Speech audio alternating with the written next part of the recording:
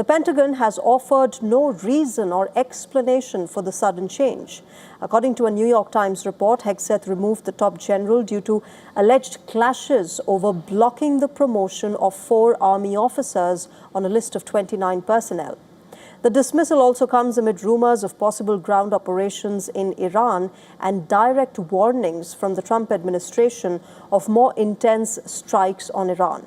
In fact, earlier this week, the U.S. Secretary of War had said that the next few days will be decisive. On the battlefield, because of the latitude the president has given us, American firepower is only increasing. Iran's decreasing. We have more and more options, and they have less. Within days of the statement, Hegseth had shuffled critical military leadership. This is reportedly the 14th senior officer who had appointed General George as the Army Chief of Staff in 2023. His tenure for the top job was supposed to end in September of 2027. During his service, he was deployed outside America multiple times, including during the Iraq and Afghanistan wars. All right, let's try and get a perspective on what has been happening. I'm joined by Colonel David B. Rosé. She's a professor at Thayer Marshall Institute and former Deputy Director for Peacekeeping in the Office of the Secretary of Defense. He's joining us live from Washington, D.C. at the moment. Colonel, good evening. Welcome to WION. I want to ask what has been going on? What is your sense of what has been going on within the American military, considering the fact that there is a war that is going on at the moment and clearly doesn't reflect really well for a country to keep changing its top military leadership amid a war? Yeah, that's a really good question. So let me give you a little bit of background here. This might seem a little pedantic, but the Chief of Staff of the Army doesn't actually have a direct warfighting role. The military services are force providers. So they generate a force, they provide general capabilities, they train it, they equip it, they show how the force is manned. But then that force is moved out to combatant commanders. So for the Iraq War, or the Iran War, it's Admiral Cooper, the commander of Central Command. So this is not really about war fighting. This is more about peacetime administration and direction of the services. He doesn't have a direct warfighting role, although he is a pretty effective warfighter. So Colonel, by what you're saying, by that logic, does that mean then it, of course, has to do more with what Pete Hegseth has been saying, a new vision for the U.S. Army, a new strategy, and perhaps the political inclinations of these generals and whom they were appointed by? General George was appointed by Joe Biden in 2023. Would it have to do with that at all? I think it has everything to do with that. And honestly, if you know General George's history, and I've known General George since 1985, so we were in the same company together at West Point. He was a freshman, I was a senior. When I graduated, he became a sophomore, and there's a career Army officer assigned to each company. His career Army officer, his tactical officer, was Major Lloyd Austin, who later became Biden's Secretary of Defense. And General has been guiding and mentoring General George for his entire career. So when General Austin was the commander of Central Command, General George was his chief of staff. So I think that given that closer relationship with General Austin, who, of course, the Trumpistas really dislike, it's kind of surprising that General George remained in post as long as he can. There's another issue here, I think, which is just Secretary Hegseth, who he has, in my assessment, the mentality of a junior officer who sees everything above him is screwed up, doesn't really understand a lot of the institutional imperatives, which seem irrational, perhaps, to those at a junior rank. And I think that he has a degree of contempt for people who have made their entire career in the upper levels of the Army and produced these results. Okay, hold that thought, Colonel. I'm going to come back to you. I also want to tell our viewers about what has been going on militarily as far as the Iran war is concerned. Remember, viewers, 35 days into this Iran war, and the U.S. military has been carrying out attacks against critical infrastructure of the country. Infrastructure that is a lifeline for the country's civilians. Hours after Trump's first national address on Thursday this week, the American military carried out an attack on Iran's tallest bridge, which is the first official strike on civilian infrastructure in the country. And shortly after, the U.S. president issued a warning that American forces have yet to begin destroying what's left in Iran. He said that more of the country's bridges and energy infrastructure were in his sight. In fact, to use his exact words, bridges next, then electric power plants. He also offered a way out to Iran once again, pushing for negotiations, which Tehran has repeatedly denied. Now, according to the latest reports, the U.S. intelligence indicates that roughly half of Iran's missile launchers remain intact at the moment. Thousands of one-way attack drones are still available in its arsenal. The report comes after more than a month of sustained American and Israeli strikes across Iran. The latest report comes after multiple statements from Trump himself that Washington has decimated and obliterated Iran's military assets and leadership. The U.S. president has repeated this claim as recent as 1 day ago. Iran has been essentially decimated. The hard part is done, so it should be easy. Thanks to the progress we've made, I can say tonight that we are on track to complete all of America's military objectives shortly. Now remember that the Trump administration has repeatedly stated that its war objectives are to destroy Iran's missile capabilities, destroy Iranian navy, ensure that Iran can never obtain nukes, and stop Iran from supporting regional allies. However, the assessment reports the changing nature of American attacks on Iran and the political statements from Washington once again raise the same question. What exactly is America's war objective, and when will it be achieved? Let me go back to Colonel David on this. Colonel David, we've been talking about how, political inclinations have been influencing military decisions as far as Pete Hegseth is concerned. But as far as the battleground is concerned, there is a definite aggressive posturing that is coming in from the Trump cabinet, particularly Pete Hegseth. What do you make of this, considering that Iran is still, going steady as far as its attacks, retaliatory attacks are concerned? Well, they're not going steady. I mean, the first day they launched about 300 missiles, and now they launch between 15 and 25 missiles a day. So they've been severely degraded. And the targets that they are firing at generally are civilian infrastructure, generally in neutral or states that tried to remain neutral, the GCC states, which denied the U.S. access, basing, and overflight, as well as countries like Azerbaijan, Turkey, Cyprus. I think that Secretary Hegseth perhaps doesn't have the demeanor of a traditional Secretary of Defense, and it doesn't have the skill set of a traditional Secretary of Defense either, I'd have to ask.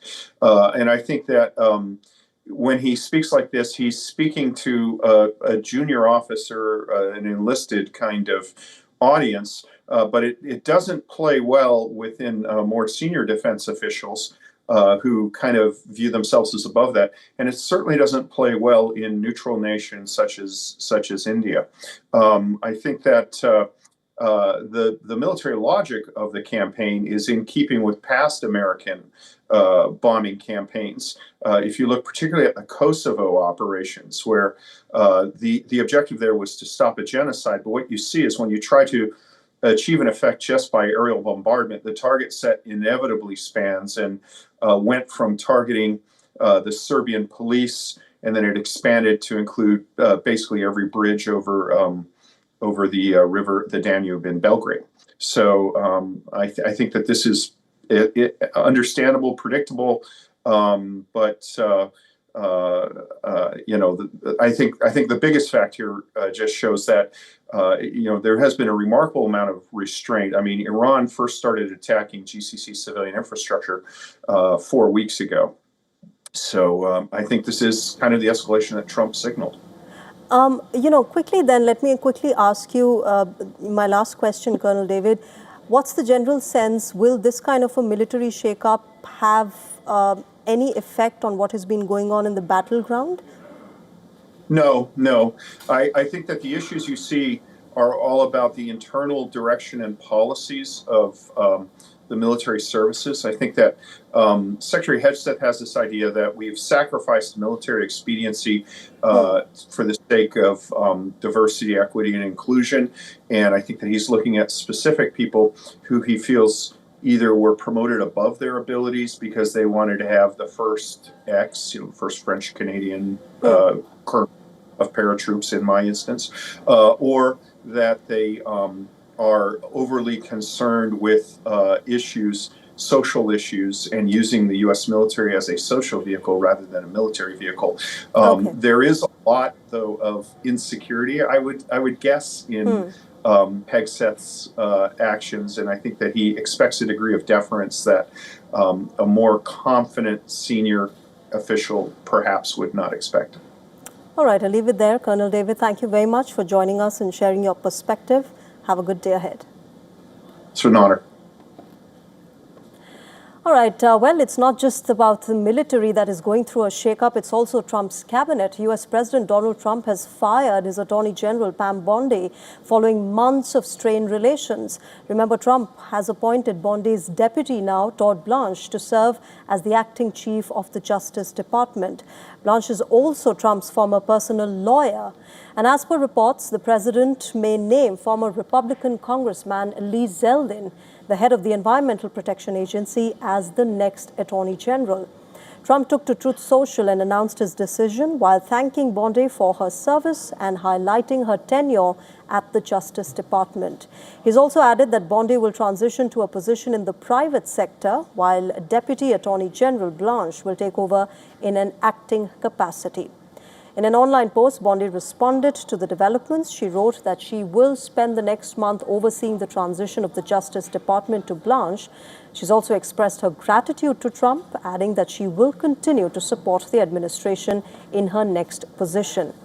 But this major step by the American president comes amid criticism of Pam Bondi's handling of the Epstein files, with allegations that she mismanaged or restricted the release of records from the Justice Department's sex trafficking investigations. She's also faced scrutiny for her alleged inability to bring prosecutions in several cases involving individuals seen as political opponents of the president.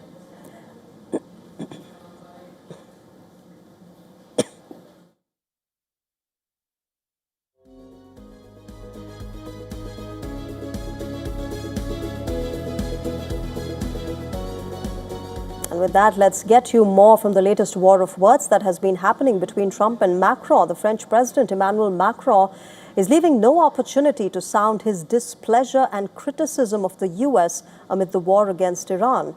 Macron is currently on a visit to South Korea after his trip to Japan. While speaking at the France-South Korea Economic Forum, the French leader took a swipe at Trump, saying that Europeans do not believe in the outlook of might makes right. Vous avez, dans les Européens et les Français, among Europeans and the French, you have people you've known for 140 years, with whom you've built many things, and who aren't going to change, because, in fact, we don't believe might makes right. So that's just as well, because, like you, we're not the strongest. But we believe that whoever is the strongest makes a huge mistake the day they decide that might makes right and abandon the common framework, because they create doubt among the others. The latest comments follow Trump's personal dig at Emmanuel Macron, in which the U.S. president had made remarks on his French counterpart's marriage while dismissing Washington's NATO allies. Trump told a private lunch that U.S. did not need NATO allies, but he asked anyway, recalling his conversation with the French president. In fact, he said, and I quote him, "I call up France, Macron, whose wife treats him extremely badly. He's still recovering from the right to the jaw." Now, shortly after, Emmanuel Macron responded to a reporter's question on Trump's jibe, saying that it does not merit a response. The French leader went on to say that dialogue and negotiations to resolve economic issues caused by this war are more important.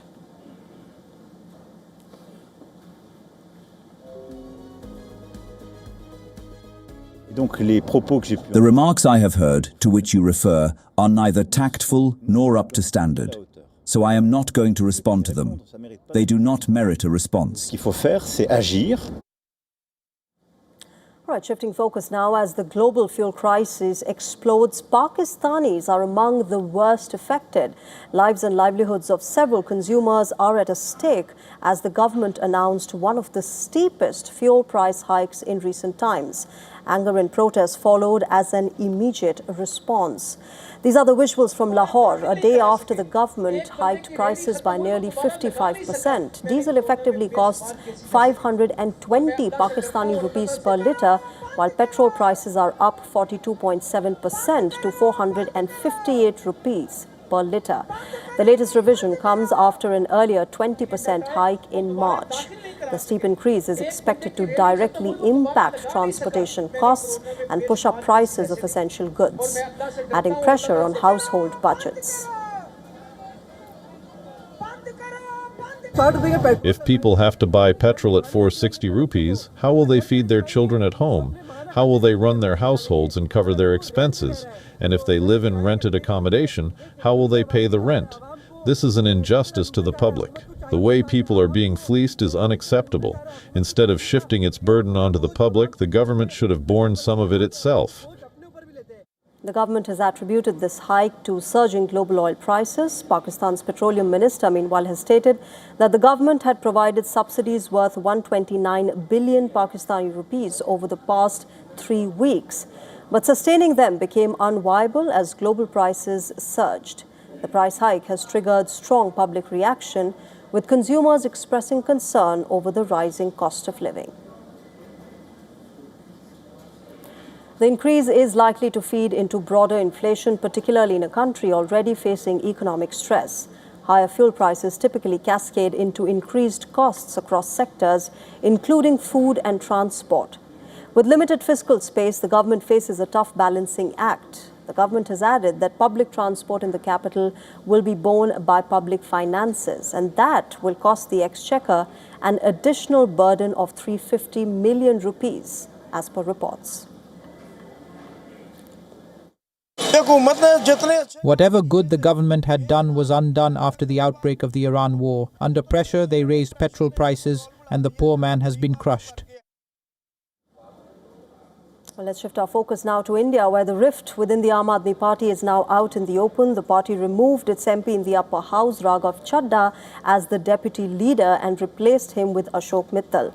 While the party said the move was part of internal restructuring earlier, the BJP and the Congress claimed it was due to Raghav distancing himself from AAP's national convener, Arvind Kejriwal.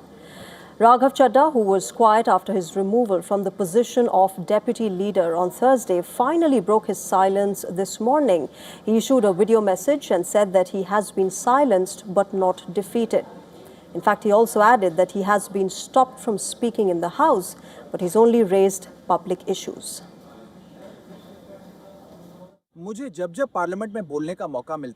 Whenever I get a chance to speak in the parliament, I raise public issues. And perhaps I raise topics that are not usually raised in the parliament. But is raising public issues a crime? And the people who took away my right to speak in the parliament today silenced me. I want to say something to them too. Do not consider my silence as my defeat. I am that river which becomes a flood when the time comes. The party hit back swiftly. Aam Aadmi Party leaders denied claims that Raghav Chadha was prevented from speaking in the upper house. Senior leader and Delhi MLA Atishi blamed him for not raising the right issues in the parliament and not following the party line.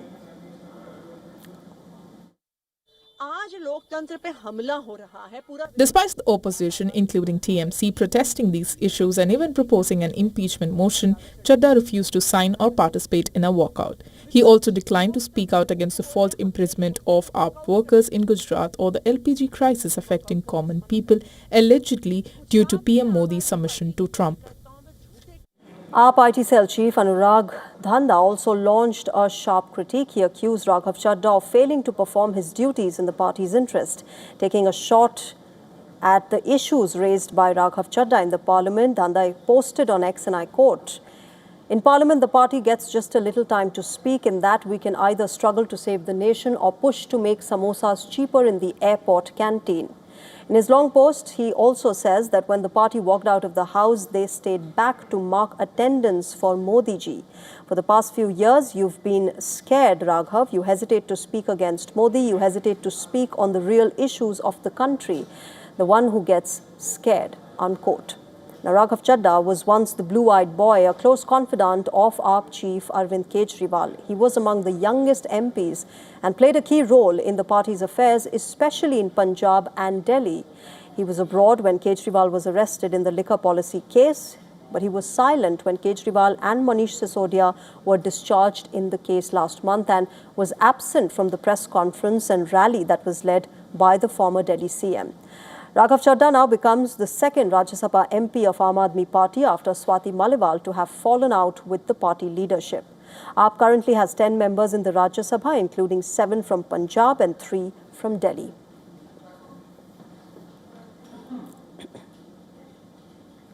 The National Investigation Agency will now investigate the violence in West Bengal's Malda district, where 7 judicial officers were allegedly taken hostage by a mob. A total of 35 people, including 3 prime accused, have been arrested in this case. Judicial officers were adjudicating cases of special intensive revision of the electoral rolls when this incident occurred. Earlier, the Supreme Court had taken serious note of the matter. The court had termed it deplorable and sought responses from the state's Home Secretary, Director General of Police and other officials for their inaction. The court also said the incident was a brazen attempt not only to browbeat the judicial officers, but also amounted to a challenge to the authority of the Supreme Court. The top court gave the order after it took suo motu cognizance of a letter from the Chief Justice of the Calcutta High Court. 7 judicial officers who had gone to Kaliachak in the Malda district for judicial adjudication work were gheraoed by a mob for several hours. The police had to rescue the officials late on Wednesday night.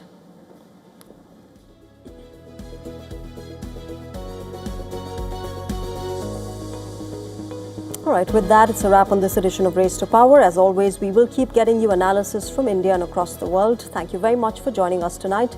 Bye-bye.